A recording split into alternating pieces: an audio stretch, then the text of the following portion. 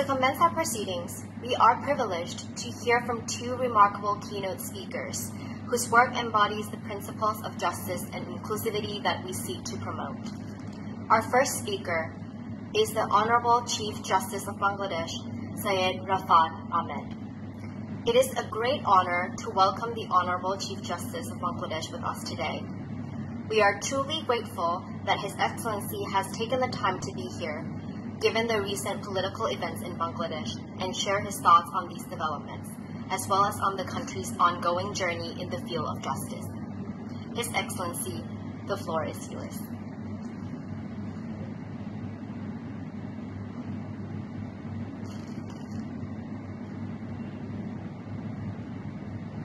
Excellencies, distinguished guests, participants, ladies and gentlemen, good morning. As we convene this conference, the notion of sanctity of justice comes foremost to mind, given the recent student-led revolution in Bangladesh. The people's will has been expressed through a collective voice, demanding accountability in governance and thereby underscoring the crucial role of an independent judiciary in achieving just societies. The quest for justice in Asia and the Pacific is a story woven through centuries, a narrative marked by both progress and pain. The legacy of colonialism has cast a long shadow imposing foreign legal frameworks that often disregarded indigenous practices and customs. This resulted in the alienation of many communities from their own systems of justice and fostered a legacy of inequality that continues to impact the present day. We see a growing demand for a reimagined justice system respecting diversity, prioritizing inclusivity, and empowering individuals to participate in the pursuit of justice as active agents of change.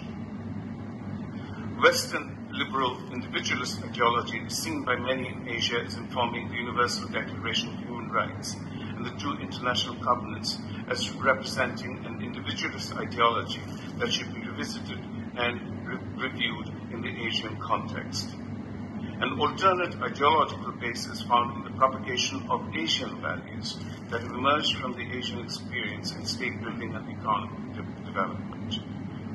The Asian perception of human rights is accordingly said to be inextricably linked with economic development, harmony, national unity, and autonomy. My view is that a pragmatic approach should be taken of a gradual accommodation of universal democratic and human rights principles within the Asian socio-political culture. The Asian experience indeed shows that the achievement of such harmony and stability appears to hinge on the empowerment of the individual to a greater extent than previously deemed feasible. The empowerment of the individual becomes key towards strengthening community bonds and spearheading advancements at the community level. Bangladesh provides an instructive case study of the pursuit of inclusive justice within the Asia-Pacific region. The country's diverse socio-economic circumstances, political landscape, and cultural context underscore the imperative for tailored approaches to guarantee justice for all. In Bangladesh, village courts have revitalized the historical tradition of community-based justice, significantly enhancing access to legal remedies at the grassroots level. We have also made significant progress in improving access to legal aid. The provision of legal aid represents a vital instrument for empowering those who are unable to pursue justice due to an array of constraints. In that sense, the scope of access to legal aid in Bangladesh has expanded beyond its initial focus on addressing financial limitations.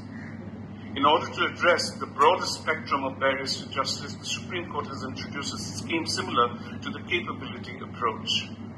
This innovative framework extends beyond the mere financial incapacity of individuals in order to encompass other obstacles that impede their ability to secure legal representation. One other promising approach to reform is the establishment of community-based legal aid programs through the diversionary mode of delivery of justice.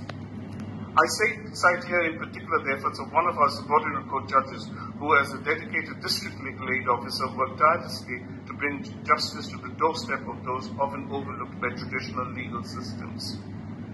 Recognizing the importance of addressing issues at their source, he personally visited the sites of the disputes. For land-related conflicts, for example, we collaborated with an expert land surveyor from the Assistant Commissioner's Office, ensuring that mediation meetings were held on site. As we organized these mediation sessions, we understood that true justice extended beyond mere resolution. It required community involvement. Therefore, he arranged awareness programs alongside the mediation meetings, engaging local residents and elites to foster understanding of their rights and the legal processes available to them. After each mediation meeting, he took the initiative to hold follow-up awareness sessions. These sessions were designed to ensure that the knowledge of legal rights and services permeated every level of society and community.